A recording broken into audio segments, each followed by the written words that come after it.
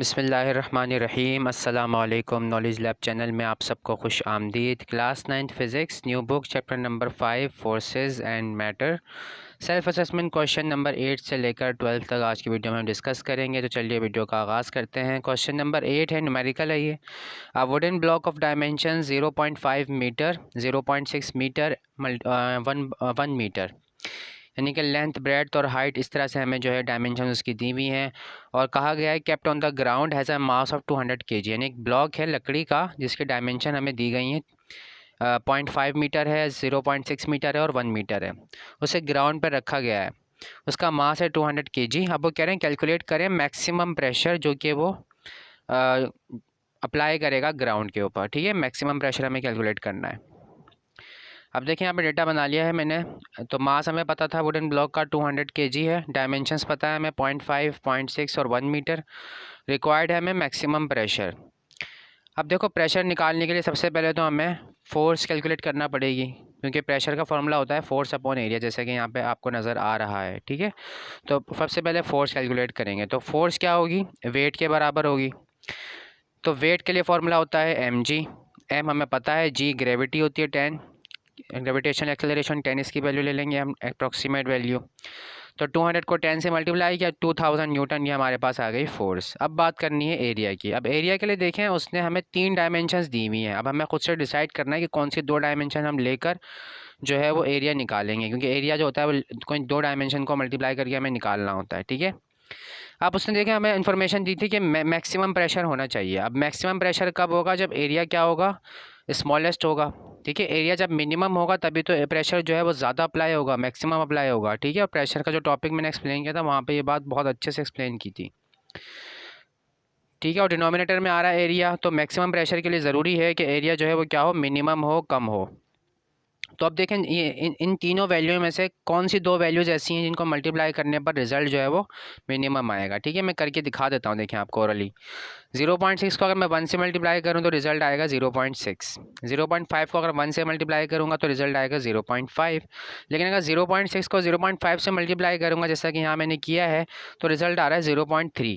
तो इसका मतलब 0.3 सबसे मिनिमम एरिया है। ठीक है ना, तो 0.5 को जब 0.6 से मल्टीप्लाई करेंगे 0.3 स्क्वायर मीटर ये हम एरिया यूज़ करेंगे, क्योंकि हमें मैक्सिमम प्रेशर निकालना है तो एरिया मिनिमम होना चाहिए। तो फोर्स अपॉन एरिया का हमने फॉर्मूला रेफरेंस दे दिया यहाँ पे पहले। फिर therefore P is equal to 2000 divided by 0.3। 2000 force है और एरिया जो है हमारे पास है 0.3। तो डिवाइड किया हमने तो रिजल्ट आया है 666, यानी कि 6666.67 न्यूटन पर स्क्वायर मीटर। तो ये इसका जो है फाइनल रिजल्ट है। अब अगला न्यूमेरिकल देखते हैं। क्वेश्चन नंबर 9 है, if the density of sea water is 1150 kilogram per cubic metre, ऐसा यूनिट में गिवन है हमें डेंसिटी।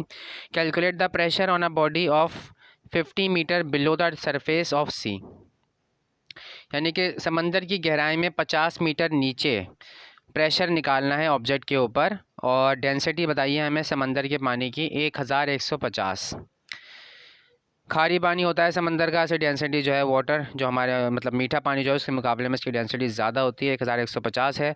और हमारा जो डेप्थ दी हुई है वो 50 मीटर है। कैलकुलेट करना है हमें प्रेशर। तो फ्लूइड्स के लिए फार्मूला था P is equal to rho g h, ये हम रो जी डी, तो ये हमें अप्लाई करना होगा। डेटा हमें जो गिवन है वो मैंने यहाँ पर बना दिया। देखें डेंसिटी हमें पता है, रो इसका सिंबल होता है 1150 किलोग्राम पर क्यूबिक मीटर।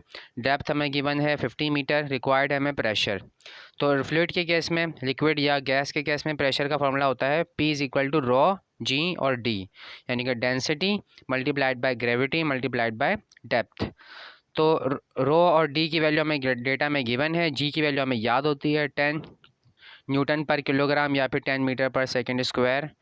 तो ये सारी वैल्यूज़ हमने डेटा फॉर्मूले में पुट की, उसके बाद कैलकुलेशन की। तो 575,000 न्यूटन पर स्क्वायर मीटर जो है ये इसका रिजल्ट आया। प्रेशर का यूनिट है न्यूटन पर स्क्वायर मीटर, ऐसा यूनिट पास्कल भी कहते हैं उसको, तो आप दोनों तरह से लिख सकते हैं। ठीक है, तो इसका फाइनल रिजल्ट है।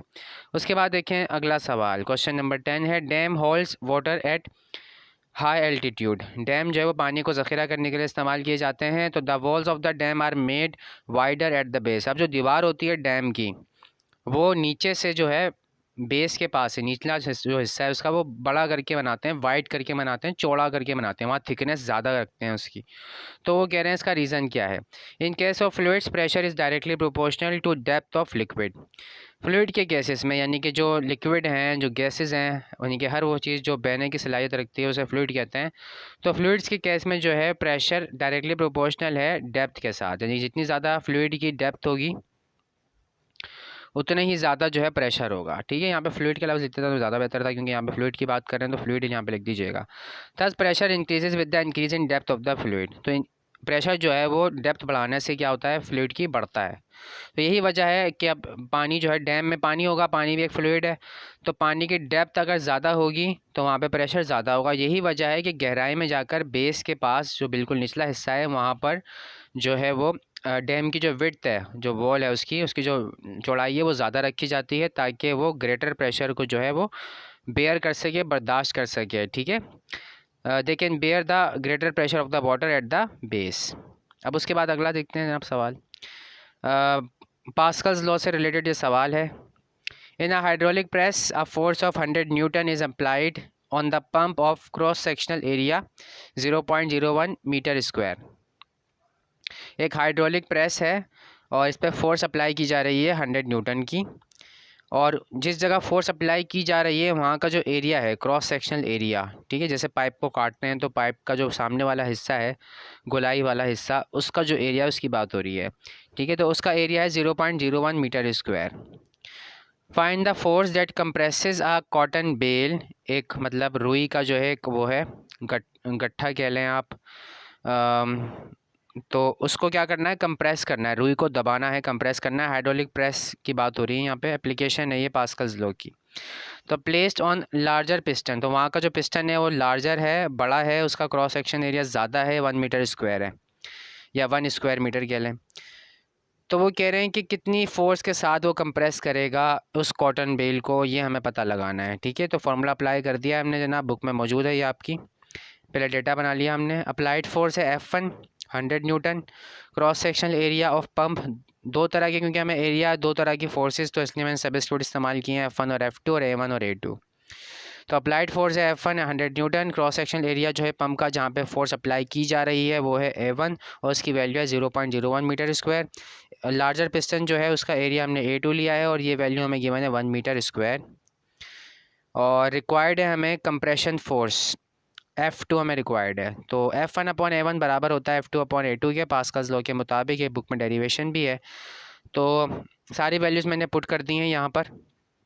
100 है F1 की वैल्यू, A1 की वैल्यू है 0.01 और A2 की वैल्यू है 1। F2 हमें कैलकुलेट करना है, तो 1 इससे तो कोई फ़र्क पड़ना नहीं है, तो एज इट इज़ F2 रह जाएगा। अब 100 को जब डिवाइड करवाएंगे 0.01 से तो आएगा हमारे पास 10,000। ठीक है, तो 10,000 न्यूटन जो इसका करेक्ट आंसर है। इसको मैंने, क्योंकि अननोन जो है वो लेफ़्ट साइड पर होना चाहिए, तो इसने मैंने इसको घुमाकर ऐसे पलट कर लिख दिया है, बाकी कोई मतलब वर्किंग मज़ीद नहीं की है इसके अंदर। ठीक है ना, तो 1 तो यहाँ से ऐसे ही गायब हो जाएगा, कोई फ़र्क नहीं पड़ेगा। सिर्फ 100 को मैंने 0.01 से डिवाइड किया, रिज़ल्ट को मैंने यहाँ लिखने के बजाय इस हाथ पर यानी कि राइट साइड पर लिख दिया है, क्योंकि ये स्टैंडर्ड जो है तरीका है लिखने का इस तरह से। ठीक है, अब उसके बाद देखते हैं अगला सवाल। अगले सवाल में उन्होंने पूछा है हमसे, write down the names of 4 machines that you have seen working on the principle of Pascal's law. तो पास्कल्स लॉ पे काम करने वाली कोई सी भी 4 मशीनों के नाम हमें बताने हैं। तो जनाब ये हैं वो 4 नाम, और भी हैं इसके अलावा। एक तो हाइड्रोलिक लिफ्ट है, एक हाइड्रोलिक प्रेस जो कि हमने न्यूमेरिकल में भी देखा, इसके अलावा हाइड्रोलिक ब्रेक होता है, एक्सकेवेटर कहते हैं खुदाई करने वाली मशीन होती है। तो जब वो जो उसमें जो खुदाई हो रही होती है जिस चीज़ से, उसकी जो कंट्रोलिंग है, ठीक है, तो वो हो रही होती है इसी हाइड्रोलिक सिस्टम की वजह से हो रही होती है। इसके अलावा हाइड्रोलिक जैक की भी एक एग्जांपल मौजूद है बुक के अंदर, तो वो भी आप लिख सकते हैं। तो इस तरह से जनाब टोटल हमने 12 जो क्वेश्चन थे सेल्फ असेसमेंट, उन सब के सोल्यूशन आपको प्रोवाइड कर दिया है चैप्टर नंबर 5 का, और अब हम MCQs वगैरह रिमेनिंग जो है उसको अपलोड करेंगे इंशाल्लाह ताला। तो थैंक यू सो मच, आज की वीडियो में इतना ही। अल्लाह हाफिज़।